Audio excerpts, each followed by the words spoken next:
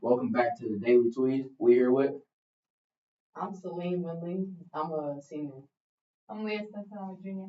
I'm Dixon Johnson. I'm an officer general. And Dennis Williams, girls basketball coach. how good do y'all think the season went for y'all? Me first? Yes. Well, I mean, girls basketball started in the mid 1970s, and from the mid 1970s, this is the best season that's ever been in girls basketball history here at Valley High School. So by far the most wins. There was one team that made it to the regional final, which we only made it to the semifinal, but records and all that stuff, it's the best year ever at Valley High School. Okay, that's good. Dixie. Oh, my bad. I think the season went a lot better than we could have expected or thought of us. But I don't think a lot of people think that Valley will make it as far as we actually did.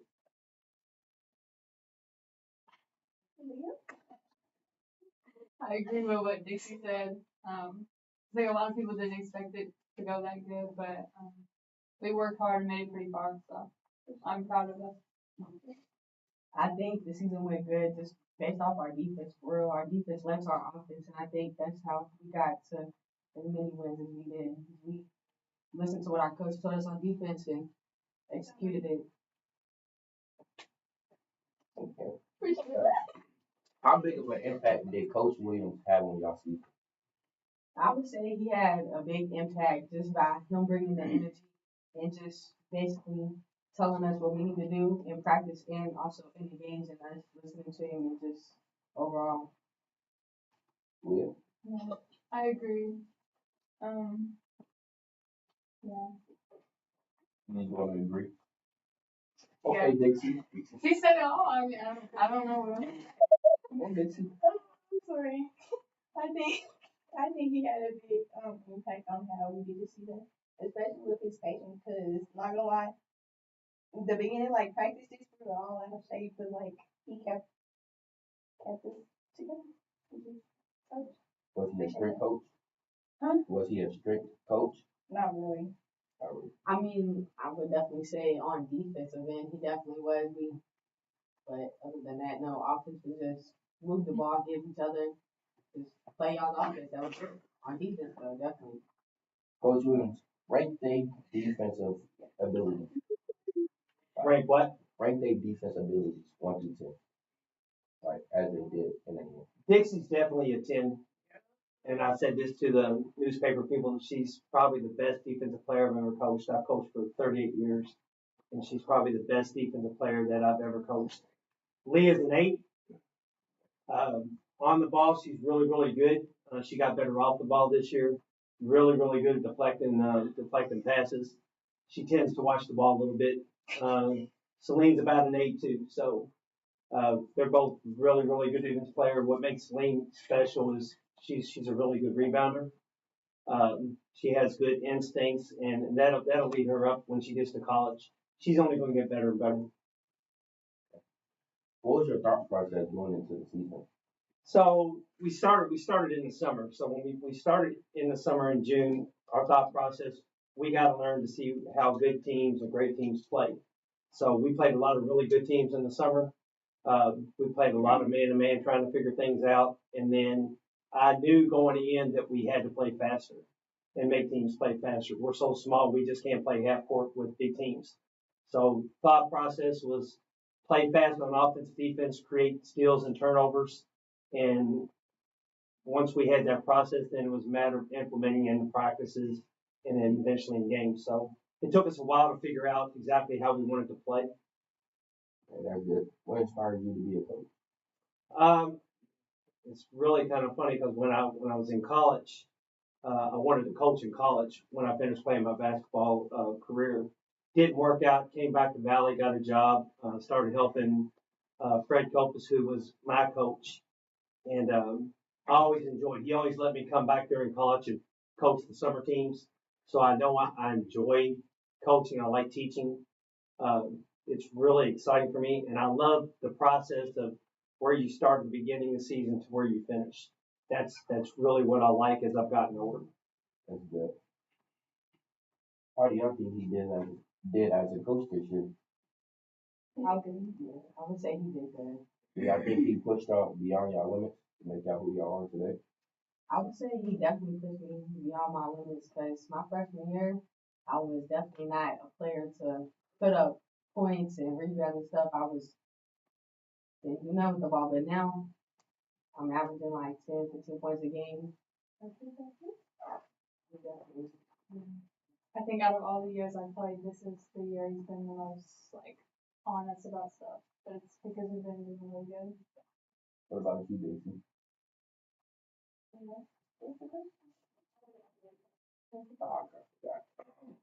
Okay. Yeah, what impact? All of us in general because in practice he like it's not like for us he like looks at us in general and see what we need to work on. Like he created plays to help us with games, defense, came up with all the stuff that actually helped in the games. Okay. That's Appreciate good. it, What do you think is the most important quality for a successful coach? Well, to me, it's not even X and O. It's relationships. If kids know that you have the in their best interest, and you try to develop their skills to where they can be the best that they can be, both on and off the court. I think that's what you need as a coach. X and O's. Everybody's going to have different plays and stuff, but you have to get kids or players to buy in what you're trying to do, and you have to teach them. Um, they all know I've coached them. This is probably the hardest that I ever coached them. I demanded a lot more this year. Probably not as nice as when I started. When I first started coaching the girls, I was probably way too nice. Leah can tell you. You know, we started out when she was with me during COVID. I only had 6 girls, so we couldn't even have enough people to scrimmage. So everything was a little more laid back. You had to be careful how you talk to specific girls that we have. Um, these girls want to be coached, and that's probably the most important thing to me is they want to be coached, they want to learn. I give them a lot of offensive freedom. Defense, we have to be a little bit more strict on how we do things, but they really learn. The biggest thing is just teaching them how to play the game and letting them buy into what you're trying to teach. How do you handle setbacks or challenges in your coaching career? So you're always going to have things. So the biggest thing is you learn from your setbacks. You try to figure things out. We even had setbacks in the middle of the year. You know, there were some times where we struggled a little bit. You just go back and you reteach. If there's certain things that you're not good at, you continue to reteach that until they develop the skill to where it's beneficial to them in the game. So especially on defense this year, we made a lot of mistakes early, like around Christmas, and then like the last month, they really figured things out, and they were doing things on their own. They read the defenses and the offense so well. They were doing things that I didn't even coach, and that's what you want. You want them to react and just be themselves, but you know, be in the right place for the most part. And from the last month, that's what we did. That's why we had so much success the last month. Do y'all think, as a general whole, do y'all think y'all could have done better if y'all would have worked way harder than y'all I mean, thought y'all did? I think we worked as hard as we could. We came to practice. Well, we tried to come to every practice. We try to put like whatever he was putting down on our defense. We try to execute it. So I think we worked pretty hard. This season, like the best that any Gabby team has ever worked on. How do you stay motivated and inspired as a coach? Well, you got to have players. You got to have players like this. This is what motivates me. There were some times last year we had some struggles. I mean, we had some struggles as far as how we approached the game and stuff. And I always tell people all the time the best thing about freshmen and sophomores is they become juniors and seniors. So last year was a maturity thing. They've grown up so much, not only as basketball players, but just as people. And that's what I want to teach girls that, you know, you can take sports. Sports teach you so much more than just having a skill. It teaches you life skills, how to get along with teammates, how to handle conflict. You know, we had conflicts at times this year, either between them and me or with each other. But it's you have to figure you're a family. Family's going to have conflict. So how do you resolve that? they all handle themselves pretty well. You know, there's times when Leah or Dixie or Selene, they're not hitting shots. So how do you respond to that when things are a struggle? And this year they handled it so much better. You know, you just move on. And you're an athlete, you know, you have to learn to move on to the next play when you have your struggles. So they figured it out. We're only going to get better and better.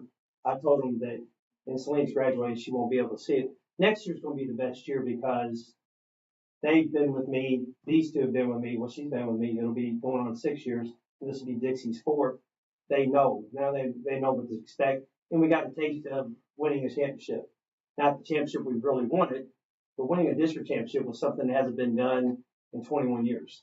What was the thought process on winning that championship? Well, the thought process is that you have to stop looking at the name on the jersey and realize that you're a better team.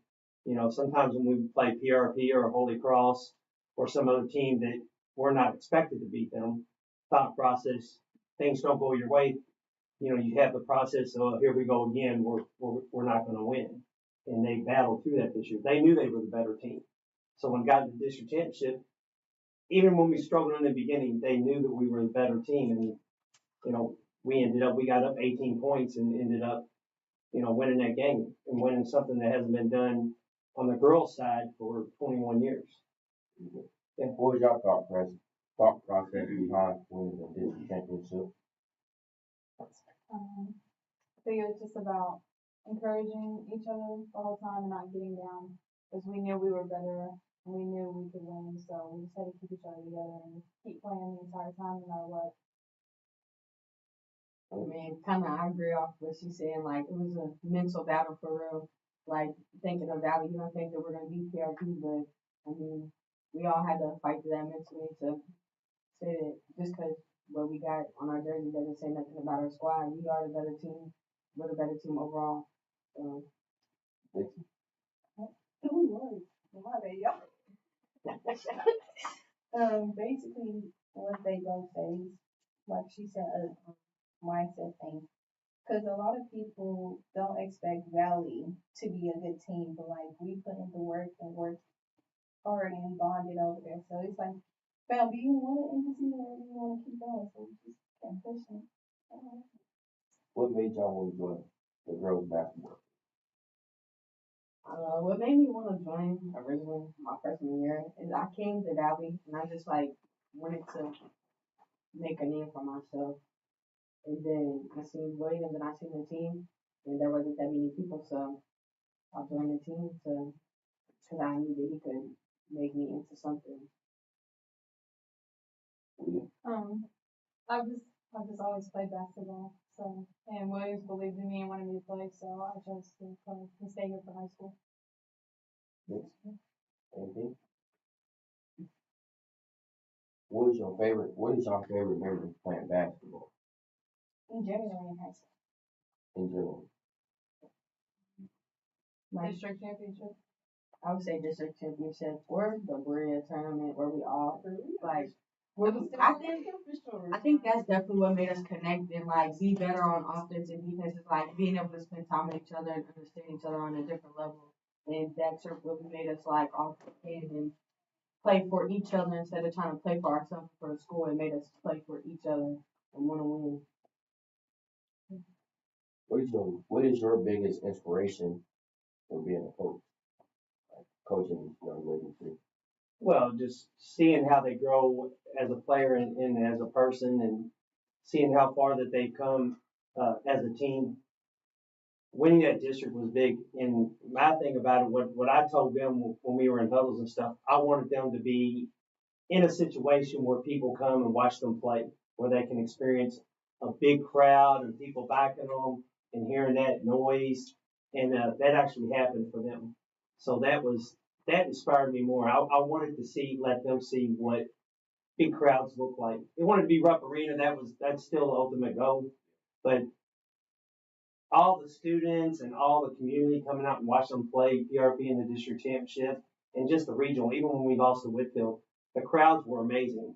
So, and that's what I want. I've been part of this school since I was in 7th grade. So this is probably counting school, this is probably going on 40 something years that I've been attached to Valley. And what people don't understand is that this school is a great school and it's got a lot of good things. What you're all doing here, the chess program, the band, there's so many good things that are going on at this school that, the community still doesn't really realize that. So you having this and giving us a voice to let us know that, Valley's a great school and these people live in this community. Don't go to another school. You got a great school right here. And that's what I want people to understand. How do y'all handle the pressure of big game situations, like such as the semifinals that y'all recently played?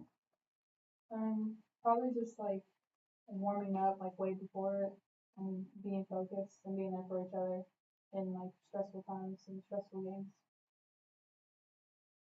I would say you just gotta lock in mentally. You can't let the big crowds or the other team get in your head. You just gotta go in, play like they're just like us. You gotta play hard. You just gotta focus and get beat into the game. I think it's like she said, the mindset and being focused on the game, not really the environment that you're in, or the people you're playing against, but just like being like, okay, we practice and work hard to prepare for this game, so we just gotta go out and just do what we've been practicing for. That's all about preparation. If you're prepared, then you're gonna execute your game plan. So that was always my big thing. We were prepared. We don't always follow the game plan, but we were prepared for even the games that we lost. We were prepared, and they prepared themselves well the whole year. So I'm happy with them. Any advice for younger athletes? Oh, it doesn't have to be crazy. Yeah, I would say you just gotta look for a coach that believes in you and wants to make you a great player and shape you to your best ability. Just believe in yourself, and if you love the sport, then just keep going and do what you love. For me, I would say if this is what you really want to do, you have to. Oh my God. For me, I would say if this is what you want to do, you have to make sure that this is actually what you actually want to do, because there's a lot of challenges and like things that are going to be in the way that will like get you in your head and like, oh, I don't want to play this sport anymore. So you have to actually push through, be dedicated, and commit and work hard to actually get where you want to be, chase your dreams. Yeah, well, they said it all. My biggest thing is, and all three of them did this, is that when we show them a skill, it's up to you to take that skill and see how good you can get with that skill, and then you have to figure out your own game. You know how it is even in football and wrestling and all that stuff. There's specific moves that you think are great moves, and there's moves that you work on that you didn't feel comfortable doing. So when it got game time, you didn't do it. So they've gotten so much better as players and as people and students. Since they've grown up and since they've been here. So that's how I feel. Okay. Dixie, we know you're one of the best defensive players. We know Leah's one of the best scorers also. Celine don't get enough credit on how she also helps with the team as she scores and helps with defense. So like how do y'all help the team as like y'all the faces of basically the team? I mean, I would say it's practice for real. Like we just gotta stay together and just keep. Like when somebody recognizes something about one player, you just be like, "Well, I wouldn't have got it without my team. If my team didn't help me execute on defense, then I wouldn't have got my fast break. If my team didn't help me on defense, then I wouldn't have got the steal with the pressure up top. Like just keep everybody in it. For real. And I think like us being on the same team in practices when we scrimmage helps us have a better connection in like actual games and stuff. So that helps a lot too. I'm gonna piggyback off of what Celine said. A team is not just a one person or an individual thing. It's everybody at once. So when we all do things, it's not like looking at points, but it's also like the work that is behind it. Like you said, Celine don't really get a lot of credit, but she's like one of the main people that rebounds, like play defense. She's like our back person having deflections and all that stuff. So without everybody like putting in and working hard, we want to be where we were. What is something you can say to these three girls to help them in the future as a person? As a person, Yeah. well, my biggest thing is that if you're good to other people, you help things, you have good manners.